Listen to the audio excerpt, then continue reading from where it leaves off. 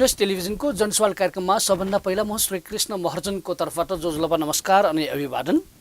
अहिलेको अवस्थामा मुलुक संहितामा गइसकेपछि 7वटा प्रदेश निर्माण भइसकेको छ र 7वटा प्रदेश मध्ये एउटा प्रदेशको नामाङ्करण भइसकेको अवस्था छ भने अरू प्रदेशहरूमा नामाङ्कन र राजधानीको सवालमा पनि आफ्नै ढङ्गबाट बहस चलिरहेको अवस्था छ। यसैबीच काठमाडौँ उपत्यका र काठमाडौँ उपत्यका वरपरको 13वटा जिल्ला समावेश गरिएको एउटा राजधानी समेत रहेको प्रदेश भनेको 3 नम्बर प्रदेश। 3 नम्बर प्रदेश जुन प्रदेशमा नेवा तामाङ समुदायको आदिभूमि अर्थात् यो समुदायको आदिवासी समुदायको यो आदिभूमि भनिन्छ र साथसाथै अन्य समुदाय पनि रहेको यो प्रदेशको नामको सवालमा र राजधानीको सवालमा यो प्रदेशमा लागू हुने भाषिक नीतिको सवालमा अहिले ठुलो चर्चाको विषय बनेको छ। विशेषतः नेवा र तामाङ समुदायभित्र अहिले नेवा र तामाङ समुदायभित्र आफ्नै ढङ्गबाट बहस र लभिङ गर्ने क्रममा एउटा समिति बनाइएको छ, जुन समिति नेवा ताम्सालिङ समन्वय समिति, नेवा र तामाङको राष्ट्रिय सङ्गठन र विभिन्न 4वटा राजनीतिक पार्टीका नेवा र तामाङ भातृ सङ्गठनहरू समावेश गरिएको यो समितिले अहिले के गरिरहेका छन् र यसले गर्ने काम अहिले समाजमा कसरी त्यसको प्रभाव परिरहेको छ र राजनीतिक पार्टीका नेताहरूले कसरी लिइरहेका छन्, यी विषयमा केन्द्रित भएर कुराकानी गर्नको लागि नेवा ताम्सालिङ समन्वय समितिका सल्लाहकार र आदिवासी जनजातिका अभियन्ता जो नेता पनि हुनुहुन्छ उहाँ हुनुहुन्छ परशुराम तामाङ। उहाँलाई हामीले आमन्त्रण गरेका छौँ, उहाँसँग कुराकानीतर्फ लागौँ। परशुराम तामाङजी, जोजलपा फ्याफुल्ला। जोजलपा फ्याफुल्ला। तपाईँहरूले नेवा ताम्सालिङ समन्वय समिति बनाउनु भयो र लभिङ गर्नुभयो। विशेषतः नेवा ताम्सालिङ प्रदेश भनेर 3 नम्बर प्रदेशलाई नामाङ्करण गर्नुपर्ने मूल मुद्दा लिएर पार्टीहरूमा गएर लभिङ गर्ने, नेताहरूलाई र विभिन्न पछिल्लो समयमा आएर चाहिँ जिल्ला स्तरीय सङ्गठन समेत निर्माण गर्ने कार्य तपाईँहरूले तीव्र रूपमा गरिराख्नु भएको छ। वास्तवमा यो राजधानी समेत रहेको र विभिन्न आदिवासी जनजाति साथसाथै खस आर्यको पनि ठुलो जनशक्ति भएको अर्थात् जनता भएको नम्बर वाइजै गर्ने हो भने सबभन्दा पहिलो नम्बरमा खस आर्य, दोस्रोमा तामाङ, तेस्रोमा नेवा र अन्य रहेको यो 3 नम्बर प्रदेशमा तपाईँहरूले नेवा ताम्सालिङ प्रदेश भनेर नामाङ्करण गर्नुपर्छ भनेर लभिङ गरिरहँदाखेरि के आइरहेको छ तपाईँको त्यसको प्रभाव? म पहिलो चाहिँ किन यो के अरे नेवा ताम्सालिङ का सन्दर्भमा अहिले चाहिँ लभिङ गर्नु पर्यो भन्ने कुरा चाहिँ म राखौँ। पहिलो कुरा के हो भन्दाखेरि चाहिँ नेपालको संविधानले प्रदेशको राजधानी, प्रदेशको नाम, प्रदेशको सरकारी कामकाजको भाषाको सन्दर्भमा संविधानमा नै के कुराको व्यवस्था गर्यो भने प्रदेश सभाले यो सन्दर्भमा चाहिँ हैन प्रदेशको नाम, यसको चाहिँ सरकारी कामकाजको भाषा र तपाईँको चाहिँ राजधानी चाहिँ निर्णय गरिकन लागू गर्नेछ भन्ने व्यवस्था गर्यो र हाल चाहिँ सरकारले एउटा अस्थायी रूपमा मात्रै तोक्यो। त्यसो भएको हुनाले यति बेला तपाईँको प्रदेश सभाको निर्वाचन भइसकेको छ, प्रदेश सरकार गठन भइसकेको छ र तपाईँको चाहिँ यो बर्खे तपाईँको बजेट अधिवेशन चाहिँ सुरु भएको छ। त्यसो भएको हुनाले अब नेपालको संविधान अनुसार प्रदेश सभाको हैन काम कर्तव्य अधिकारभित्र पर्ने र यो चाहिँ तपाईँको पहिलोचोटि चाहिँ त्यसैले निर्णय गर्ने भनिसकेपछि यो बेला यो विषयमा कुरा गर्न ठिक टाइम हो। दोस्रो कुरा के हो भन्नुहुन्छ भन्दाखेरि योभन्दा पहिला नै पहिलो संविधान सभाले एउटा चाहिँ राज्य पुनर्संरचना तथा राज्य शक्तिको बाँडफाँड समिति बनाएर यसको आधारहरू तयार गरेको छ, अथवा कम्तीमा पनि त्यसले के गरेको छ भन्दाखेरि चाहिँ संहितामा जानको लागि राज्यलाई पुनर्संरचना गर्नु पर्यो, त्यसो गर्दा के सिद्धान्तको आधारमा गर्ने भन्ने कुरा त्यसले सहमतिका आधारमा सिद्धान्तको निरूपण गरेको छ। त्यसपछि चाहिँ तपाईँको आयोग बनेर आयोगले पहिला समितिले बनाएको कामलाई अझ ठोस रूपमा चाहिँ तपाईँको आयोगले चाहिँ प्रदेशहरूको चाहिँ हैन किटान पनि गरेको छ। त्यसो भएको हुनाले एउटा तपाईँको आधार के रह्यो भन्दाखेरि चाहिँ पहिला नै त्यो सन्दर्भमा काम भइसकेको छ। अब तेस्रो कुरा के हो भन्नुहुन्छ भने राज्यको पुनर्संरचनाका सन्दर्भमा सरकार र यहाँको आदिवासी जनजातिहरूको बिचमा विभिन्न समयमा चाहिँ सम्झौता भएको, सहमति भएको छ। जस्तो ताम्सालिङ सङ्घर्ष समिति र सरकारको बिचमा होइन, आदिवासी जनजाति तपाईँको संयुक्त सङ्घर्ष समिति र सरकारको बिचमा चाहिँ सहमति भएको छ। र त्यो सहमति के छ भन्दाखेरि पहिचानका आधारमा चाहिँ होइन बनाइनेछ, प्रदेशहरू बनाइनेछ भनेर त्यो सहमति पनि बनेको छ। अर्को तपाईँको चौथो कुरा चाहिँ के हो भन्दाखेरि अन्तर्राष्ट्रिय कानुनले नै के भन्छ भने धेरैवटा समुदाय भएको ठाउँमा जब एउटा समुदाय अर्को समुदायबाट तपाईँको चाहिँ उत्पीडनमा परेको छ भन्ने अनुभूति हुन्छ र त्यो समुदायले आफ्नो विकासको लागि चाहिँ स्वशासनको माग गर्छ भने त्यो अन्तर्राष्ट्रिय कानुन सम्मत हुन्छ। त्यसो भएको हुनाले नेपालको सन्दर्भमा के हो त भन्दाखेरि सबैले स्वीकार गरेको कुरा के हो भन्दाखेरि चाहिँ एउटा समुदायले राज्यमाथि प्रभुत्व जमायो, त्यसकारण बाँकी समुदाय चाहिँ तपाईँको चाहिँ उत्पीडन परेको छ, त्यसकारण उनीहरूको लागि स्वशासनको आवश्यकता छ। त्यो कुरामा अन्तर्राष्ट्रिय कानुन पनि तपाईँको चाहिँ बोलिरहेको छ। यसरी हेर्दा के देखिन्छ भन्नुहुँदाखेरि चाहिँ यसको सैद्धान्तिक, यसको व्यवहारिक पक्षका आधारमा पनि त्यो ठाउँ होइन नेपालमा चाहिँ के अरे स्वायत्त प्रदेशहरू बनाउन सकिने तपाईँको चाहिँ सरकारसँग भएको सहमति। अब योभन्दा पहिला चाहिँ संविधान सभाले र तपाईँको आयोगले बनाएको होइन तयार गरेको चाहिँ यथेष्ट प्रमाण होइन र तपाईँको चाहिँ अन्तर्राष्ट्रिय कानुनको आधारमा पनि उत्तीर्ण परेका जातिहरूको, आदिवासी जातिहरूको अधिकार भएको कारणले गर्दाखेरि चाहिँ स्वायत्त प्रदेशको निर्माण नेपालको सन्दर्भमा आवश्यक छ भन्ने हो। अब तपाईँको दोस्रो कुरामा चाहिँ के हो भन्नुहुन्छ भने खालि यो तपाईँको सैद्धान्तिक बहसको कुरा मात्रै होइन, धरातली यथार्थ पनि त्यो चाहिँ छ। जस्तो अहिले 3 नम्बर प्रदेशको यहाँले कुरा गर्नुभयो, 3 नम्बर प्रदेशको कुरा गर्ने हो भने यहाँ चाहिँ तपाईँको 35%को हाराहारीमा खसारे होइन, अनि त्यसपछि तपाईँको चाहिँ 56% भन्दा बढी चाहिँ आदिवासी जनजातिको सङ्ख्या छ भनेपछि त जनसङ्ख्याकै दृष्टिकोणले पनि के हो त भन्दा 3 नम्बर प्रदेश चाहिँ आदिवासी समुदायको नै बाहुल्य छ। खसारेको त तपाईँको दुईटा खसारेलाई के अरे तपाईँको बाहुन क्षेत्रीलाई मिलाउँदाखेरि 35%को सङ्ख्यामा रहेको छ। अनि अर्को चाहिँ अब त्यसको अलावा चाहिँ हामीले हेर्ने कुरा के हो भन्दाखेरि चाहिँ त्यो समुदायभित्र साँच्चै नै अब के को आधारमा बनाउने त भन्दाखेरि पहिचानका लागि मान्ने हो भने त्यसका चाहिँ कम्तीमा 4वटा आधारहरू होइन 5वटा आधारहरू चाहिँ पहिचानका छन्। त्यो चाहिँ के हो भन्नुहुन्छ भने त्यो क्षेत्रमा बस्ने आदिम समयदेखि अहिलेसम्म निरन्तर रूपमा बसेको समुदाय होइन, जसको ऐतिहासिक निरन्तरता छ, जसको भाषिक तपाईँको चाहिँ होइन बहुलता छ।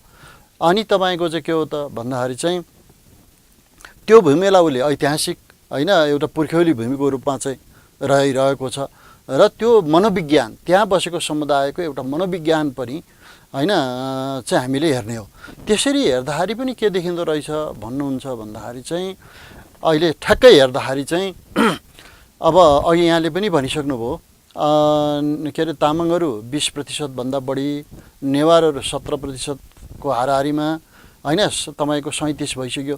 अब यो दुईटै समुदायको इतिहासलाई हामीले हेऱ्यौँ भने अब सबैलाई थाहा छ कि नेपालको यो काठमाडौँ खाल्डो चाहिँ तपाईँको चाहिँ पानीले भरिएको तलाउ थियो भन्ने कुरा र 30,000 वर्ष कस्तो थियो भनेर चाहिँ अहिले स्केच गर्दाखेरि हामी तपाईँको के देख्छौँ भने साँच्चै नै त्यो तलाउ देखिन्छ। र त्यसलाई हामीले त्यस पछाडिको हामीले अहिलेसम्मको इतिहास हेऱ्यौँ भने यो ठाउँमा के अरे दुईटा समुदाय नै होइन प्रभावकारी रूपमा उपस्थित छ। किन भन्दाखेरि तामाङ समुदायको जनसङ्ख्या 20% भन्दा ठुलो छ होइन, अनि तपाईँको चाहिँ नेवार समुदायको जनसङ्ख्या 17% को हाराहारीमा छ। अनि त्यो समुदायको यो ठाउँ चाहिँ आदिभूमि हो भन्ने कुरा कसरी प्रमाणित हुन्छ भन्नुहुन्छ भन्दाखेरि त्यो तथ्याङ्कलाई विश्लेषण गर्दाखेरि के देखिन्छ भन्दाखेरि जति नेपालमा तामाङहरूको कुल जनसङ्ख्या छ त्यसको लगभग 75% के अरे 74.5% भनेको 75 भनौँ न सजिलोलाई 75% जनसङ्ख्या तामाङको कुल जनसङ्ख्याको 75% मानिसहरू चाहिँ यो अहिलेको 3 नम्बर प्रदेशमा चाहिँ बस्छन्। बसोबास। अब नेवारहरूको पनि 71%, लगभग 71% जनसङ्ख्या चाहिँ यही ठाउँमा बस्छ भनेपछि त तपाईँको ऐतिहासिक दृष्टिकोणले पनि यो दुईटै समुदायको यही क्षेत्र। अर्को चाहिँ अहिलेको धरातली यथार्थमा के हो त भन्दाखेरि यो क्षेत्र त छोडेर गएकै छैन, गएका छन् तर त्यो जनसङ्ख्या नगण्य रूपमा छ। मूल जनसङ्ख्या कहाँ छ भन्दा त 3 नम्बरमा छ। त्यसो भएको हुनाले जनसङ्ख्याको दृष्टिकोणले पनि यो ठाउँमा तपाईँको नेवार र तामाङको बाहुल्यता रहेको, आदिवासी अब अरू आदिवासीहरूलाई जोड्दाखेरि पनि जनसङ्ख्याकै तपाईँको त्यो बाहुल्यता हुने होइन, 56% बढी हुन्छ। अर्कोतिर त के भन्दा इतिहासले पनि त्यो कुरा पुष्टि गरिसकेपछि इतिहासलाई सम्मान गर्दै त्यसो हो भने नेवा ताम्सालिङ नै उपयुक्त नाम हो, त्योभन्दा अर्को नाम हुनै सक्दैन।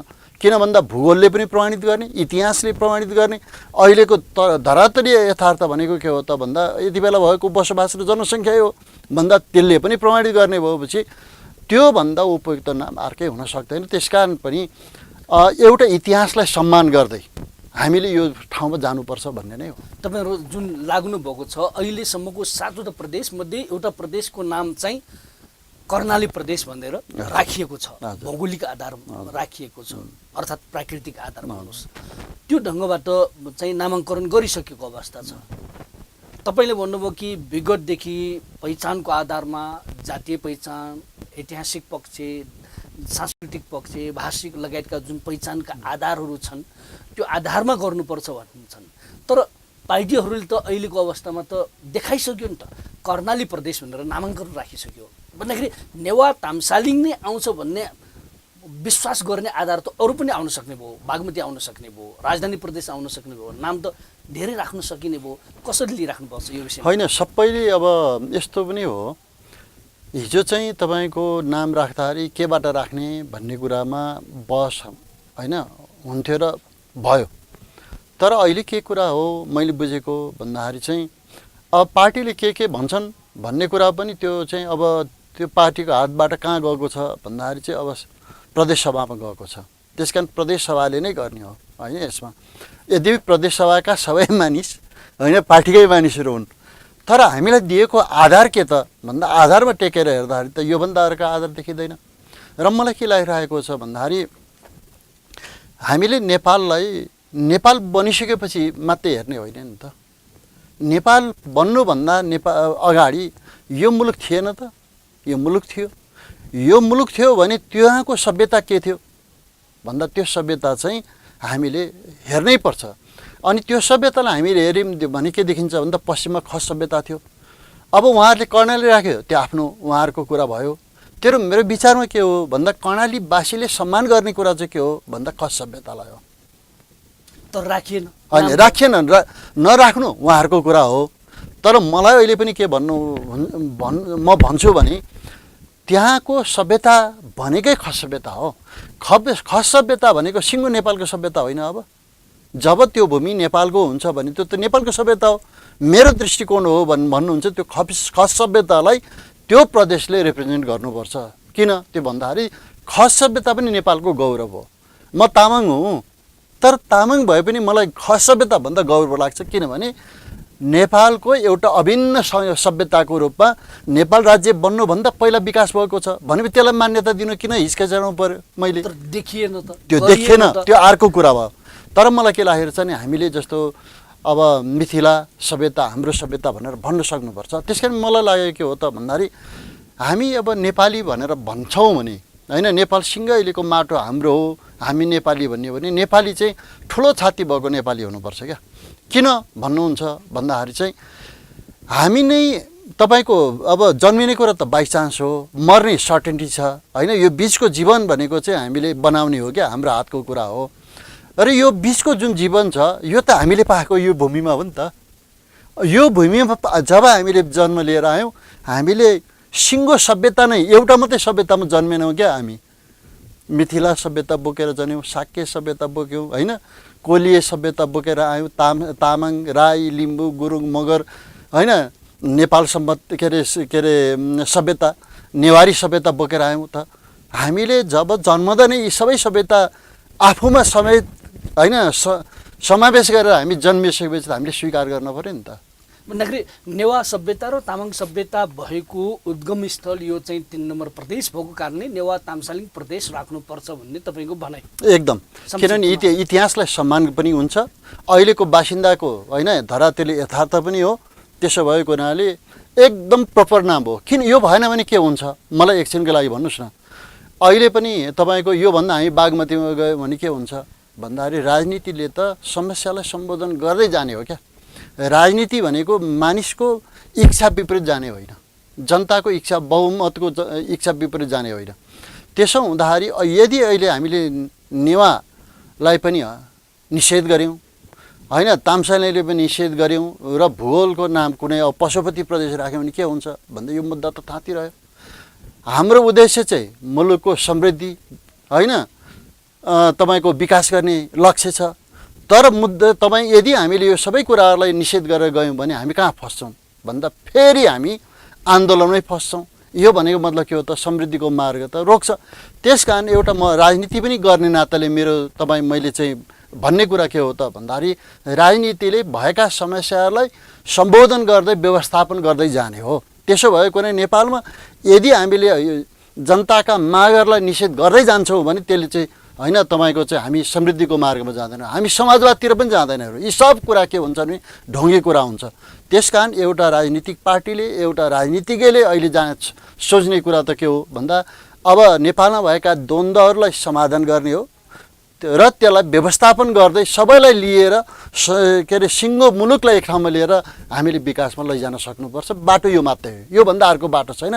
यो बाटोबाट जानको लागि नेवा तामसालिङ उपयुक्त हो। तपाईँ अहिले हेर्दै हुनुहुन्छ इन्डिजिनियस टेलिभिजन। इन्डिजिनियस टेलिभिजनमा हामीले परशुराम तामाङसँग कुराकानी गर्दैछौँ। अब भने छोटो विश्रामपछि पुनः उहाँसँग कुराकानीतर्फ लाग्नेछौँ।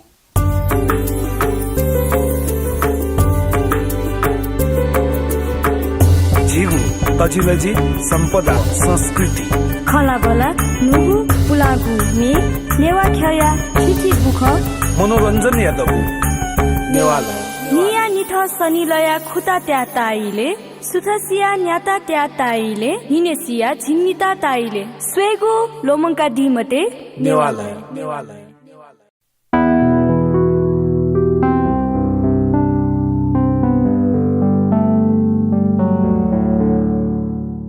इन्डिजिनियस टेलिभिजनको जनसवाल कार्यक्रममा फेरि पनि तपाईँलाई स्वागत गर्न चाहन्छु।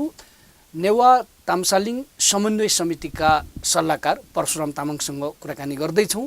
फेरि पनि कुराकानीतर्फ लागौँ। तपाईँले भन्नुभयो जुन 3 नम्बर प्रदेशको निर्णय गर्ने निकाय भनेको अब 3 नम्बर प्रदेशको सांसदहरू, 3 नम्बर प्रदेशको सांसदको गणना गर्ने हो भने पार्टीगतलाई अलग छुट्याएर गणना गर्ने हो भने 3 नम्बर प्रदेशमा जम्मा 109 जना अहिले सांसदहरू रहेका छन्। 110 जनामा एकजनाको निधन भइसकेपछि 109 जना। त्यसमा चाहिँ जम्मा आदिवासी जनजातिको सङ्ख्या हेर्दाखेरि टोटल 50 जना मात्र छन्, बहुमत पनि छैन। भन्दाखेरि खस आर्य र अन्य गरेर चाहिँ बहुमत रहेको छ भन्दाखेरि त्यहाँबाट निर्णय हुन्छ भन्ने आधार के हो त? अब पहिलो आधार चाहिँ के भने संवैधानिक आधारै। म अर्को दुईवटा कुरा पनि मैले जोडिहाल्छु। जस्तो भाषाको कुरा पनि के भनिएको छ भन्नुहुन्छ नि संविधानमै नेपाली भाषाको अतिरिक्त प्रदेशले बहुसङ्ख्यक भाषाहरूलाई होइन एक वा एकभन्दा बढी बहुसङ्ख्यकले बोल्ने भाषालाई प्रादेशिक भाषा सरकारी कामकाजको भाषा बनाउन सक्नेछ भनेपछि अहिले के हो त भन्दाखेरि नेपाली भाषालाई छोडेपछि यो चाहिँ के अरे 3 नम्बर प्रदेशमा बहुसङ्ख्यले भाषा बोल्ने कुन हो त भन्दाखेरि जम्मा 13वटा जिल्ला छ। 13वटा जिल्लामध्ये के देखिन्छ भन्नुहुन्छ भने 9वटा जिल्लामा पहिलो भाषा तामाङ भाषा हो। 3 जिल्लामा नेवा, एउटा जिल्लामा थारूको होइन।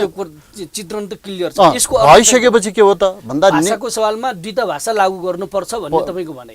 नामको सवालमा चाहिँ तपाईँको संसदमा जुन चाहिँ जम्मा 50% मात्र 50 जना मात्रै छन्। त्यसो भएकोले दुईटै आधारमा मैले भने एउटा भाषाको दृष्टिले भयो भने भाषा यो विवाद गरिनुहुन्न होइन। अहिलेको प्रदेश सभाले 3 नम्बर प्रदेश सभाले भाषा नेपाल भाषा र तपाईँको चाहिँ तामाङ भाषालाई 3 नम्बर प्रदेशको नेपाली भाषाको अतिरिक्त है 3 नम्बर प्रदेशमा चाहिँ नेपाली भाषाको अतिरिक्त तामाङ भाषा र नेपाल भाषालाई सरकारी कामकाजको भाषा बनाउनुपर्छ।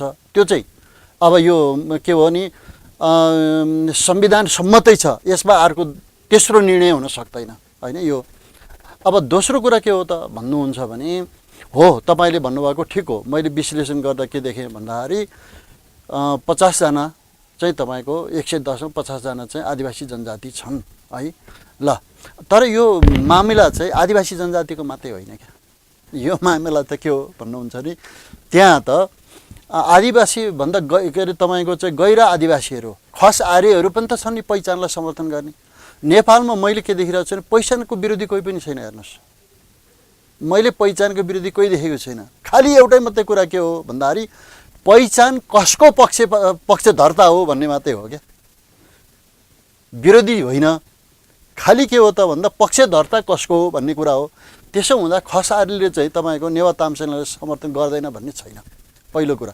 किनभने पहिला पार्टीमा नेवा ताम्सालिङ भन्ने तपाईँको नाम राखौँ भन्ने कुरा त सबैको सहमति हो भन्छु म। यहाँ माओवादी केन्द्र र आदिवासी जनजातिको चाहिँ ताम्सालिङ मात्रै होइन, किनभने 10वटा प्रदेश बनाउने अनि 10वटा प्रदेशको नाम चाहिँ अलग अलग गरौँ। नेवा प्रदेश र ताम्सालिङ अलग अलग हुन्छ अनि त्यसपछि नेवाको अलगै होइन ताम्सालिङको अलगै नाम राख्ने भन्ने कुरा थियो।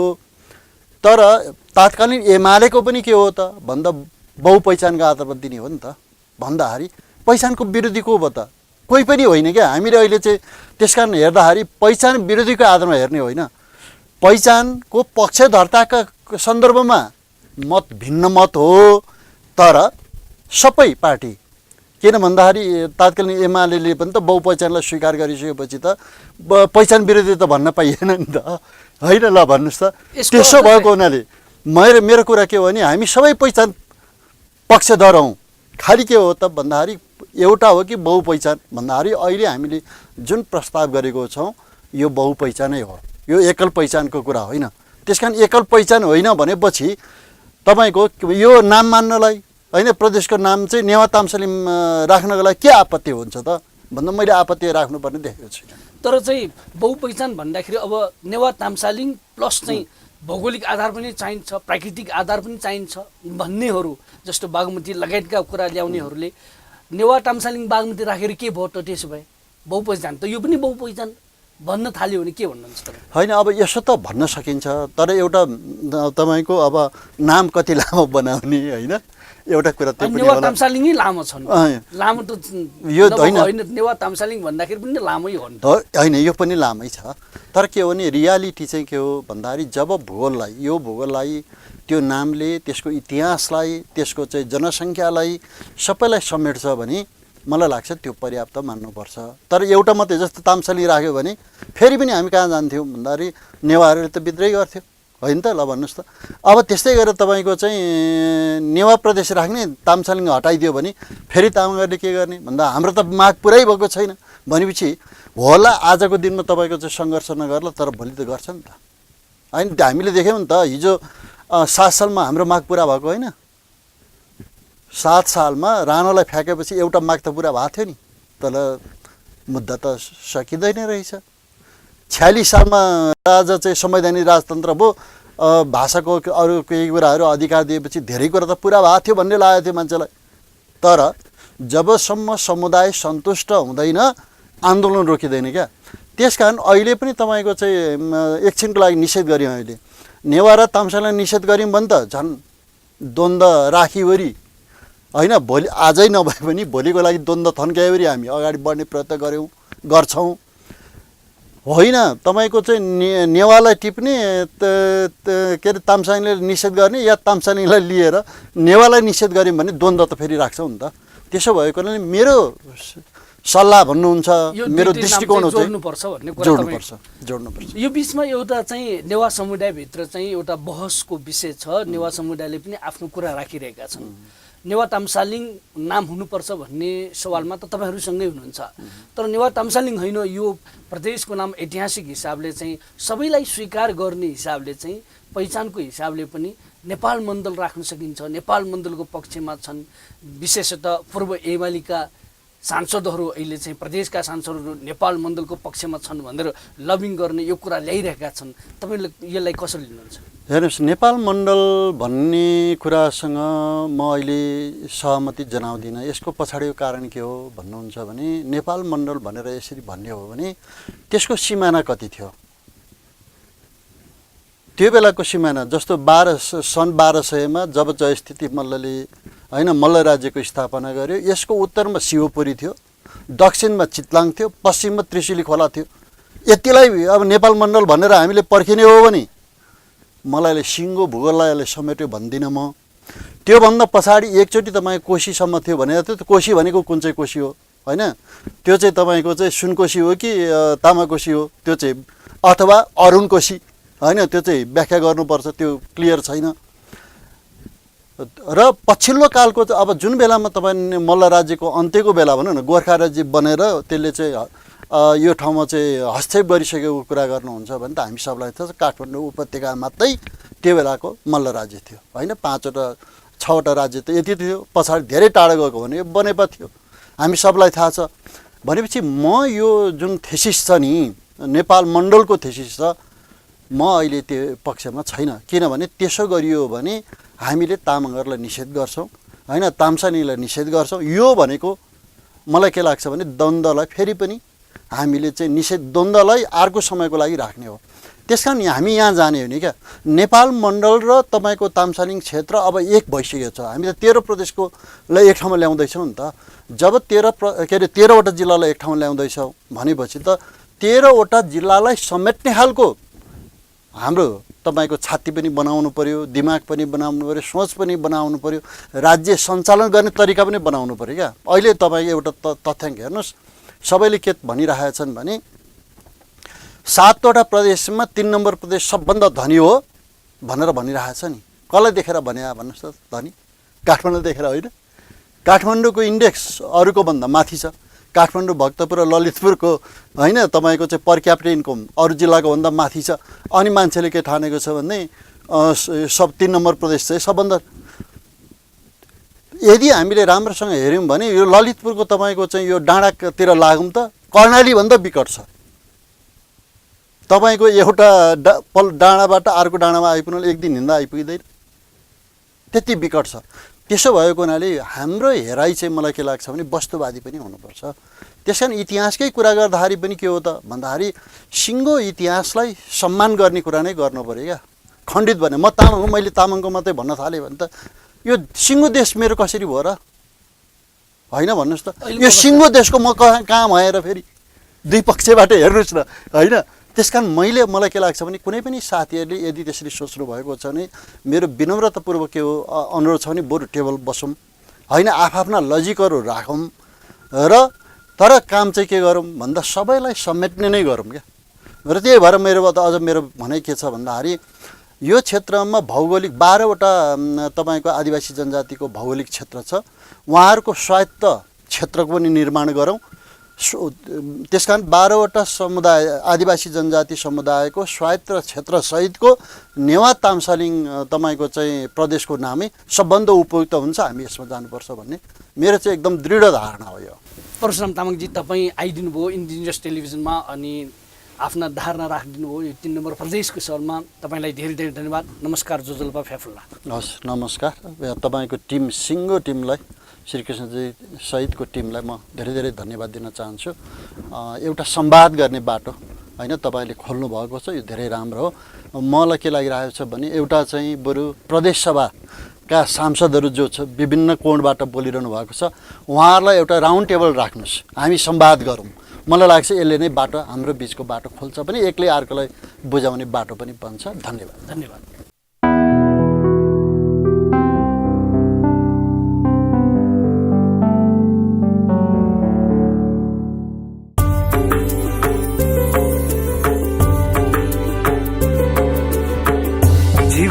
तजिलजी सम्पदा संस्कृति खलाबला नुगु पुलागु ने नेवा ख्या खिची बुख मनोरञ्जन यादव नेवालय निया निथ सनिलया खुता त्या ताइले सुथसिया न्याता त्या ताइले निनेसिया झिन्निता ताइले स्वेगो लोमङ्का दिमते नेवालय।